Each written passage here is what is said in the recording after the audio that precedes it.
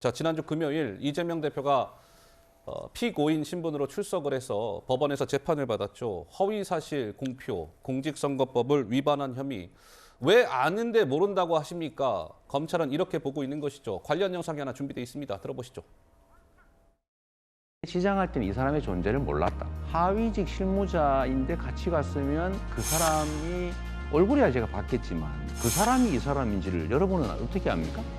오전에 재판에서 보여진 것처럼 김만배를 몰랐다는 윤석열 후보의 말에 대해서는 조사도 없이 각하했고, 김문기를 몰랐다는 이재명의 말에 대해서는 압수수색 그다음에 수십 명의 소환 조사를 통해서 기소했습니다.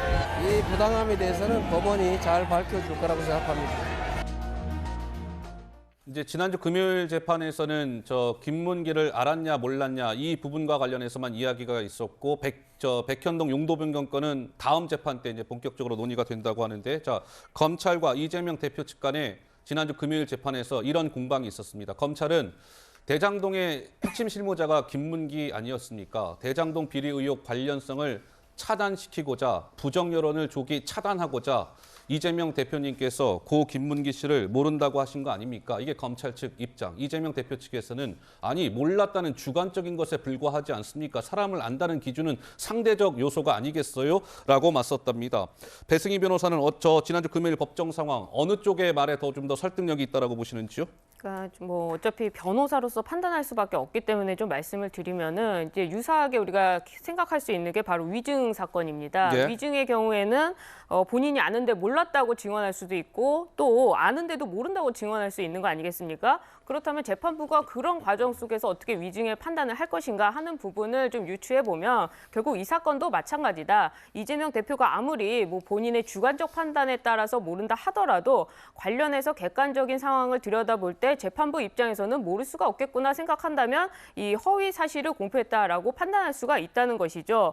그런 점에서 이 관련한 사건들을 보면은 고 예. 김문기 씨와 관련해서는 뭐 유동규 씨의 증언도 있고 또 가족들의 증언도 있기 때문에 향후에서 밝혀지겠지만 그런 관계들이 있을 거라고 생각이 들고요. 아마 이재명 그 대표 측에서는 그 과거의 대법원 판례를 자꾸 대밀면서 이 방송 출연에서 한 즉흥적인 발언이기 때문에 이것을 공표라고 볼 수 있겠느냐 이런 주장을 하겠지만은 지금 저희가 보신 영상만 해도 여러 차례가 되는데요. 예. 이 방송이라는 것이 미리 사전에 질문지도 주어지게 되는 것이고, 특히 이재명 대표가 대선 과정에서 방송 출연이라는 것이 당일에 뭐 결정되는 것이 아니기 때문에 미리 그 사전에 준비됐다라고 본다면 그런 것들이 과연 즉흥적으로 발언할 수 있는 상황이 되었겠느냐 하는 점을 고려해 볼 때 이재명 대표의 저 발언은 분명히 목적성이 있었던 것이다. 허위 사실임을 알면서도 발표했던 거 아니냐. 그리고 우리가 이 사건이 이 선거법이라는 거를 중요하게 볼 필요가 있는데요.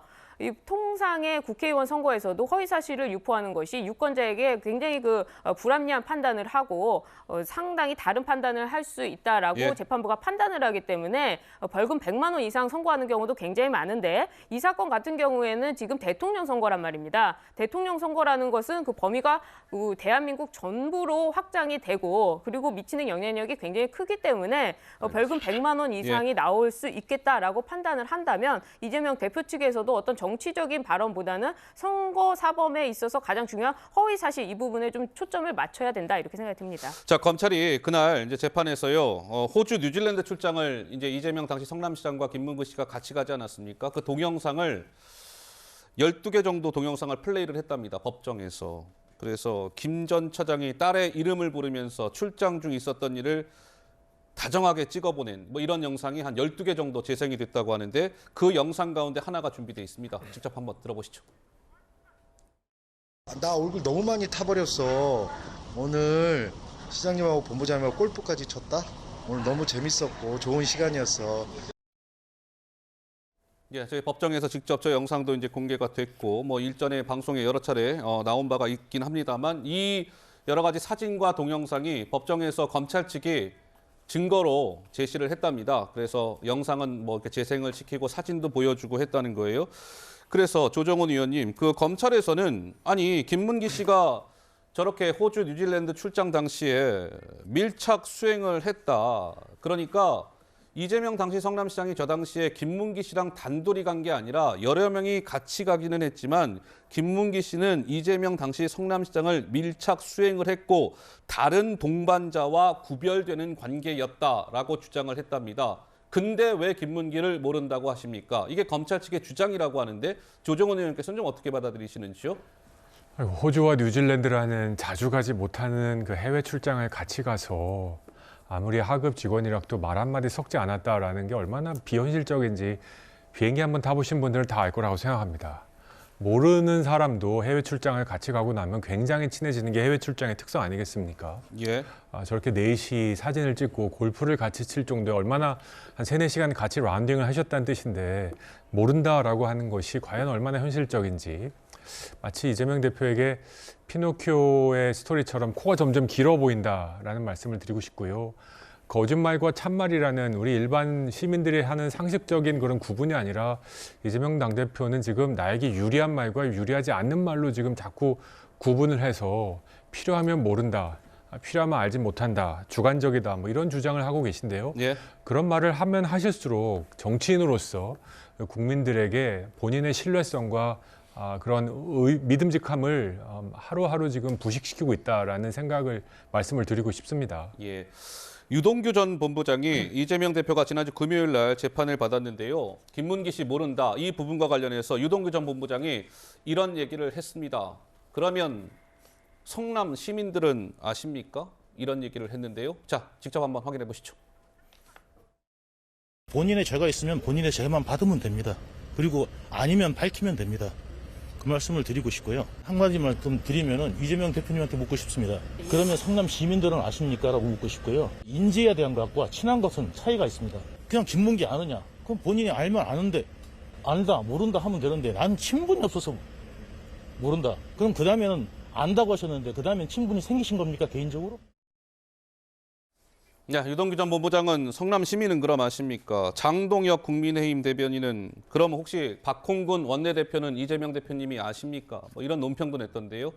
자, 재판에서요. 이 부분이 또 좀 쟁점이 됐습니다. 한번 보시죠. 이재명 대표는 김문기 씨를 도지사, 2018년에 도지사가 되지 않습니까? 그때 알았다. 그때부터 이제 알았다라는 취지로 이야기를 했는데 검찰이 이 증거를 제시했답니다. 고 김문기 씨 휴대전화에 이재명 대표의 전화번호가 2개 이상 이렇게 쭉 저장이 되어 있었는데 이재명 변호사라고 해서도 저장돼 있고 이재명 시장님 이렇게 저장돼 있고 지사님 이렇게 저장이 되어 있었다는 거예요. 아니 지사님 때 알았다라고 한다면 저 이재명 변호사와 이재명 시장님의 전화번호는 뭘까? 이런 궁금증인데 우리 장혜찬 이사장은 어떻게 보세요? 사실 저는 공직선거법 재판에서 이 문제 아니고도 백현동 관련해서 국토부 협박받았다는 것만으로도 이재명 대표의 유죄는 확정이라고 보는데 이것 역시나 너무나 많은 증거와 진술들이 등장하고 있죠. 그리고 유동규 전 본부장이 성남 시민은 아시냐라고 묻는 거 참 촌철살인입니다. 이렇게 나오는 게 김문기 전 처장과 이재명 대표를 연결해준 중간에 있었던 인물이 바로 유동규 전 본부장이기 때문이고 네. 유 전 본부장이 결정적으로 이재명 대표 측에 배신감을 느낀 이유 중 하나가 고 김문기 전 처장을 모른다고 했던 것이다. 거기서 반인이 이제 너무나 큰 배신감을 느꼈다고 이미 한번 말한 바 있지 않습니까? 그런데 이 재판부도요. 1심 재판 과정에서 재판장이 무슨 말을 했냐면 검찰 측에게 물어봅니다. 고 김문기 전 처장과 유동규 전 본부장, 이재명 당시 성남시장 3명이서 골프 친 거 맞느냐?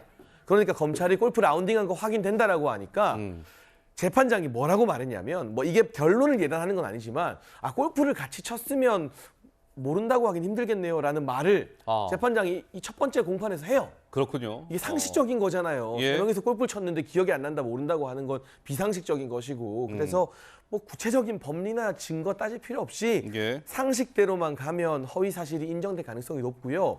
공직선거법에서 자동차 전용 도로랑 고속도로만 잘못 써도 100만 원 이상 나와가지고 의원직 상실돼요. 그렇게 의원직 상실되신 분이 바로 이재명 대표 최측근 7인의 한 사람인 그 안성에서 의원했던 그 윤미향 의원 절친 이름이 갑자기 기억 안 나는데 이민규 의원이었던가요? 이규민 의원. 네. 이규민 의원이 고작 자동차 전용 도로랑 고속도로 잘못 써서 의원직이 날아갔어요. 근데 거기에 비하면 국토부에 협박받았다. 김문기 전 처장 몰랐다는 훨씬 더 중한 수준의 허위 사실이죠. 저는 이거 100만 원 이상 유죄 나올 거라고 확신을 합니다. 예, 뭐 장해찬 이사장의 건 개인 전망이시고 그렇죠. 예, 한번 재판 과정을 지켜봐야 될 것 같습니다. 이제 최종심까지 나와야 되니까. 자, 저희가 준비한 다음 코너로 한번 넘어가야 될 시간이 된 것 같습니다. 다음 코너 직접 만나보시죠.